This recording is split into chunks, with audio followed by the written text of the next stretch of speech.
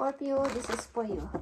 Sa mga pumapag-ibig na Scorpio, itong inyong reading, guys. I-message nyo ngayon, May 3, 2025, sa mga Scorpio. Sa mga nasa relasyon ito, guys, okay? Yung may pag-ibig na, may connection na person, is ito inyong message. Maaari ninyong kalagayan sa inyong relasyon. Tingnan natin ang inyong message. Maaari ninyong kalagayan sa inyong relasyon, Scorpio, sa inyong kakoneksyon ngayon. At para to sa lahat ng Scorpio. Okay, guys. Tingnan natin ang energy dito na lalabas. Okay, kayo ay maaaring kahit sa panaginip, ang ilan sa inyo nag-uusap o nagkakaroon ng panaginip kayong dalawa na magkasama. Okay, kung kayo ay malusog ang relasyon at patuloy na nag-grow ang inyong relasyon ay maaaring kahit sa inyong panaginip ay nakikita kayo. Telepathic ang tawag doon, guys. Okay? Tingnan natin ang maaaring sitwasyon nyo sa inyong pag-ibig.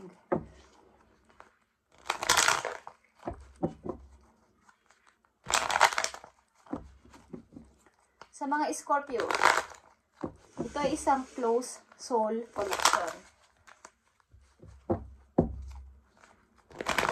Sa mga Scorpio na nasa pag-ibig, ito ang inyong message.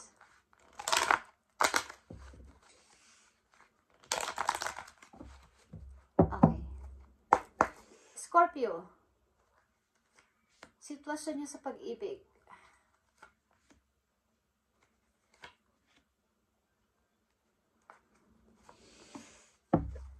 Okay, nandito ang Emperor. Okay. Scorpio, kung kayo ay dealing sa Aries, andito din ang Strength. Okay. Maaring meron kayong balanse sa pag-ibig. Or ang ilan sa inyo ay merong pagtitiis dito sa pag-ibig na ito dahil ito ay alam ninyong seryoso ang tao na to sa inyo. Ito yung person na gusto niyang siya yung mag-i-in charge sa inyong relasyon. Gusto niya ay mag-create. Kapag meron siyang nababalak o pinaplano ay pinag-iisipan niyang mabuti at pinaplano ng matagal bago siya mag-decide. Kumbaga, bago siya sumagot, hindi siya basta-basta sumasagot ng agad-agad ng oo o hindi. Matagal niya itong pinag-iisipan sapagkat ang tao na to ay gusto niya siya yung laging bida. May pride kasi ang tao na to, okay? Gusto niya laging siya yung maging in charge. Gusto niya yung siya yung lagi niyong hinihinga ng tulong, hinihinga ng lahat na isinasanggunin niyo sa kanya. At sa kabaliktaran naman ito is, meron ding control issue na nangyayari sa iyong relasyon, but may konting parang balanse. Nagtitiis ang isa sa iyo sa relasyon na to na may halong love pa rin. Okay? Pagtitiis na may halong love pa rin sapagkat mahal nga nyo ang isa't isa. Okay? Scorpio, sitwasyon niya sa pag-ibig na to. 3 of Swords is here.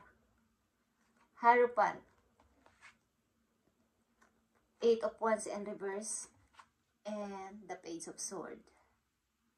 Yeah. Katulad ng sinabi ko, guys, ito ay isang parang papunta na sa pagpapamilya o isa na kayong magkasama sa buhay. Magkasama sa bahay. But may konti ditong parang hindi pagkakaintindihan.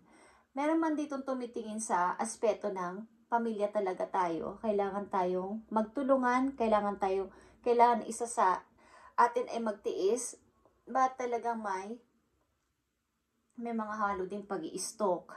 Something na may pagkahigpit. Okay, sa relasyon at hindi malinaw ang communication. Okay, but ito ay soul connection, guys. Scorpio, at mayroon ditong control. May control din na issue, but may pagmamahal. At meron ding nasasaktan. Nasasaktan man pero mahal. Mahal ang person. Okay, tingnan natin. Andito ang learn. Let love show you how to learn from each other. At nandito ang bond.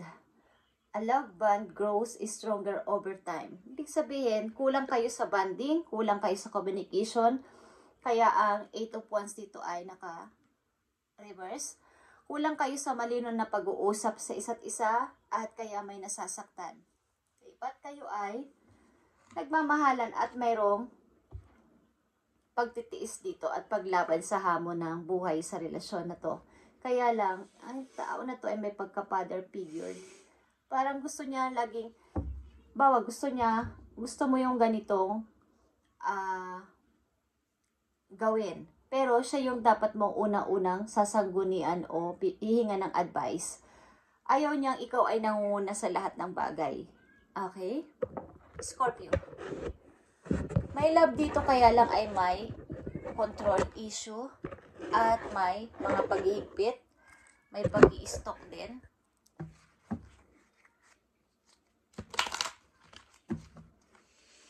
Mia. Wait lang guys. Mia. Tingnan natin ang message sa inyo ng inyong person guys. Scorpio.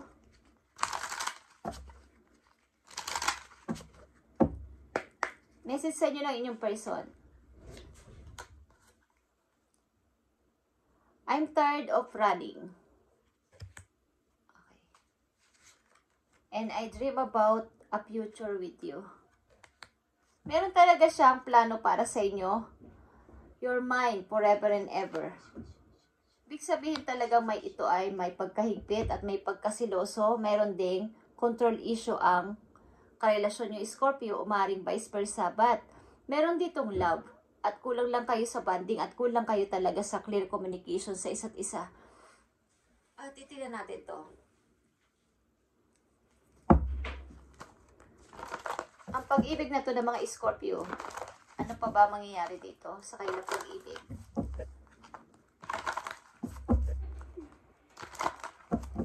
Maaaring kayo ay hindi magkasama sa bahay, maaaring kayo ay malayo sa isa't isa, kaya may ganitong issue sa inyo, may silusan at may pag-i-stalk at meron ding maaaring paghihigpit. Okay? Scorpio. Tingnan natin ang pag-ibig pa na message dito sa inyo. Yeah, nakikita nyo tong let go of control issue. Okay? Let go of the control issue. Allow the situation to unfold naturally. Maaring red flag ito. Sa una pa lang, sinasabi ko na sa inyo na may control issue. Maaari dito sa inyong relasyon. At maaring may anak kayo sa person na to, may anak kayong dalawa. At hindi ko alam kung ilan sa inyo dito ay nag-iisip na umalis na lang sa relasyon kasamang inyong anak. May usapin maaari kayo sa pamilya o sa inyong relasyon. Kaya may meron ditong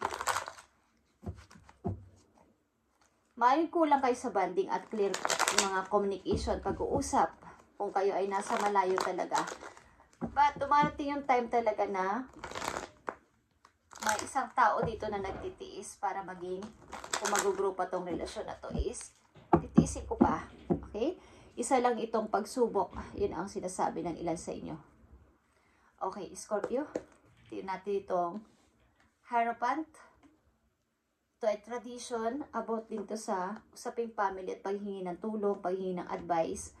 Kung kanino, para kung ano man ang mangyari dito sa pamilya namin is mag-grow pa ba to?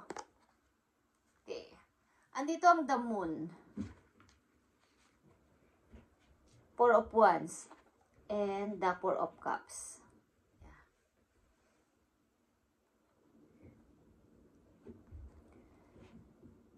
Meron talaga dito pagkalito guys kung dito pa ba ako? Dito na lang ba ako sa masaya naman dati inyong family? Pero dumarating talaga yung time na mayroong pag-aaway. Hindi pagkakaintindihan at hindi pagkakasundo na sa pamilya. So, may pag-iisip ang ilan sa inyo kung dito pa ba ako mag-i-stay o aalis na lang ako o aalisan ko na siya o iiwanan ko na siya. Okay, mayroong pag-iisip na ganito. Sa mga Scorpio na nandito, kayo ay nasa relasyon na at mayroong control issue. Meron ng hindi maganda sa relasyon. At nangihingi na rin ng tulong o advice sa iba kung anong dapat na gawin. Maaaring kulang kayo sa pag-uusap, kulang kayo sa bonding ng person na to. But meron ditong love at patuloy na pinaglalaban pa din yung pag-ibig. Kaya lang, umaabot na sa sukdulan at nag-iisip-isip na ko, magpo-forward na dito lang ba? Okay, tingnan natin to. Guys, paparating na mga message sa mga Scorpio. Anong gusto mo sabihin para magkaroon sila ng guide sa kailang relasyon na to, na kung saan sila nakakonect ngayon na ganitong klase ang nangyayari sa kanila. Okay. Maaaring kayo ay gusto nyong maging umunlad pa sa kapirahan. Maghanap pa ng ibang mapagkakakitaan. Bukod dito, kung hindi na to okay, gusto ko sanang lumipat na lang ng lugar or pumunta na lang ng ibang country, ibang city para makahanap ng bagong opportunity. Nandito ulit ang straight. Transformation. At 9 of Arrows. Okay. Something talaga dito ay kahit anong gawin na paglaban sa buhay, paglaban sa relasyon, ay nandito pa rin talaga yung parang nagpapakita na yung sign na pagtatapos na ng relasyon sapagkat may hindi na maayos. May kailangan ng baguhin, may kailangan ng umalis, may kailangan ng iwan. Sapagkat ang hirap na ng kalagayan ng isang tao dito, maaaring ikaw ito Scorpio, is mahirap na ang sitwasyon nyo sa karelasyon nyo na to.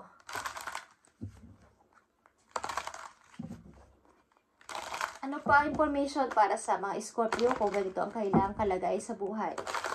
Maaaring ito ay kinokontrol kayo ng tao na to at masiloso. Iniisto kayo kung ano ang mga inyong ginagawa at kung ano-ano ang inyong mga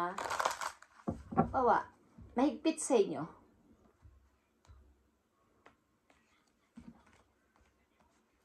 Information pa dito para sa mga relasyon ng Scorpio na to, ano ang kanilang dapat gawin at ano ang dapat nilang malaman.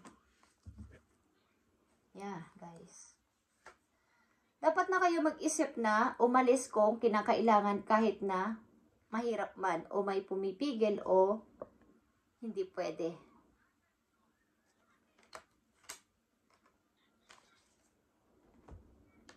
Tignan natin to. Okay, the world is here. Bagong pag-asa, bagong pagsisimula sa sarili. Okay. Marami naman ang pwede sa inyo tumulong dito. Kung ito ba na yung mga kamag-anak nyo o mga angels ninyo doon sa langit is marami sa inyo mag-help para sa inyong pag-uumpisa muli. Okay, the world is here. And the Queen of Swords. Okay, guys. And the Page of Wands. Okay.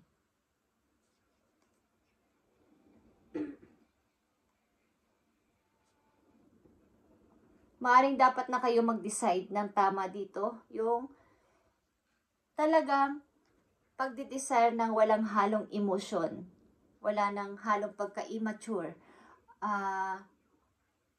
Maaring yung inyo din ka-relasyon ay may pagka malapit sa nanay, malapit sa mga magulang. Mas pinipili niya yung, mas pinapaniwalaan niyo yung sinasabi ng ibang tao, yung sulsul ng ibang tao, yung chismis ng ibang tao, at paninira ng ibang tao sa inyong relasyon. At maaring kailangan mo na ditong patuloy mag-isa o mag-restart mag-isa kung may kasama kang anak, kasama ang anak mo. Kailan sa iyo dito ay puputulin na ang relasyon na to sa tao na to at gagawin ng totoo ang sinabi. Kumbaga, ito na yon. Last na chance na to.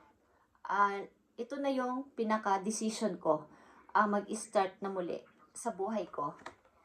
Something dito guys ay ito ay hindi, kumbaga, babalik, magbabati, makikipag-usap, mag-aayos.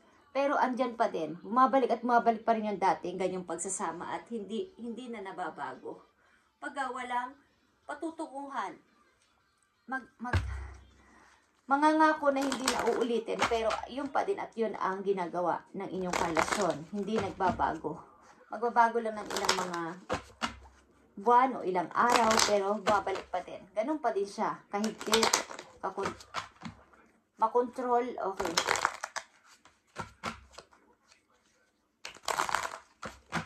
Anong masasabi mo pa sa pag-ibig na to ng mga Scorpio? Okay, difficulties. Jealousies from others may serve as obstacle to the success of this connection. Maaring jealous ng mga kamag-anak, katulad na sinabi ko kayo na, hindi ko alam kung mamas boy o mamas girl ang inyong karelasyon, but may mga selos galing sa ibang tao na parang mga nanunusol, nagchichismis about sa inyo, about sa mga kakulangan ninyo, at maaaring isa dito ay naniniwala sa mga ganong sulsol, lalo na sulsol ng nanay, sulsol ng mga magulang, kamag-anak, mga silosan. At yun ang nagkakaroon ng, yun ang issue sa inyong pamilya na binuo o sa inyong relasyon na binuo. At ito ay isang red flags na know the warning signs of what an unhealthy connections looks like. Okay. So, maaaring ikaw dito ay magde-decide kung hindi pa ito nangyayari. Maaaring ito ay iniisip mo na mangyayari na. Kailangan ko na mag-decide na wala na itong hahaluan ng emotion mo na this time. At magiging seryoso na ako sa decision ko na iiwan ko na tong connection na to. Sapagkat wala na rin patutunguhan. Okay? Wala na rin patutunguhan ang aming pagsasama o aming relasyon. Kahit ano pang gawin kong pagpupursige is may nangingialam na mga ibang tao sa aming connection. Okay? Maaaring kahit iwan mo ang tao na to ay i-stock ka nito. Scorpio, ikaw pa din ang i-stock niya. Tingnan natin na message sa'yo. Ito ay hango sa verse ng Bible, guys. At inspirational words at saka mga songs. Okay. Tingnan natin. Ang message sa inyo, Scorpio. Base dito sa inyong mensahe sa mga nauna. Ang message sa inyo, guys. Nandito ang do it now, okay? Do it now. Ibig sabihin, gawin mo na, ngayon na. Kung yan ang iniisip mo, yan ang payo sa'yo, is do it now. At isa pang message sa mga Scorpio.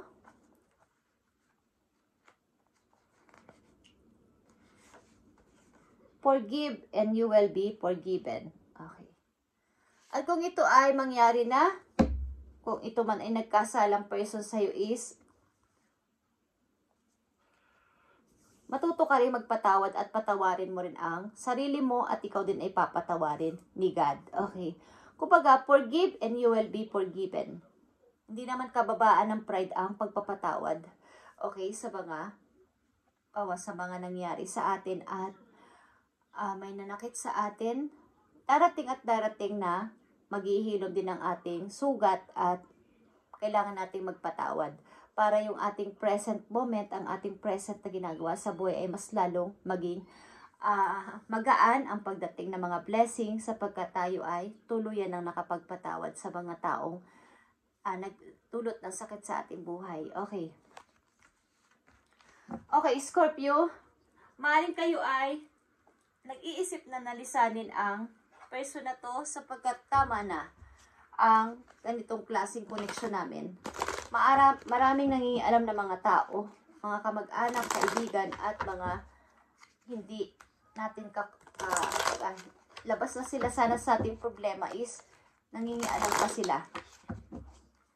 Hindi na dapat sila nangingialam sa ating relasyon, nangingialam pa rin sila sa atin at ito ang maaring ito ang mula ng inyong pag-aaway. At kulang din kayo sa clear communication and bonding. Something, ang ilan sa inyo ay nasa malayo na dalawa, kumbaga magkalayo kayo ng place at kulang kayo sa communication.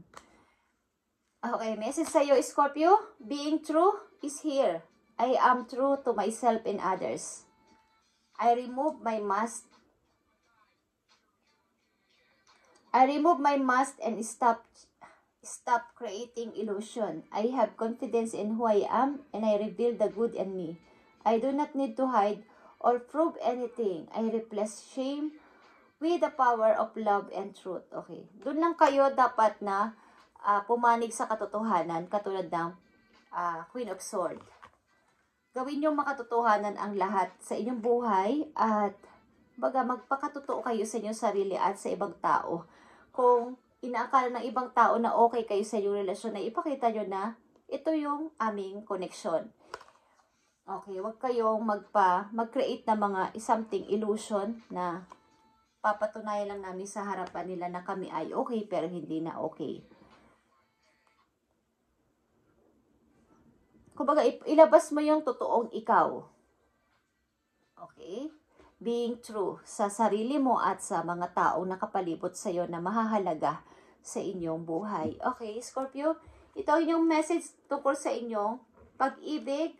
Maaaring kayo ay nasa connection but hindi na kayo masaya at kailangan na dito ng paglisan o paglimot sa tao na to at maaaring kayo ay nagdududa o nag-iisip, nakalutang ang isip ninyo sa kung magpo-forward o dito na lang ako, mag-i-stay. But may problema kayo sa pamilya o may problema kayo sa relasyon na to. Kulang kayo sa bonding, kulang kayo sa connection, sa communication, at maaring may control issue dito. Paghihigpit ng wala sa lugar, pagsiselos sa mga kamag-anak. Okay? Alin man sa inyong dalawa, Scorpio, na yung connection is, ito ay para sa inyo. Okay? Thank you and God bless you, Scorpio.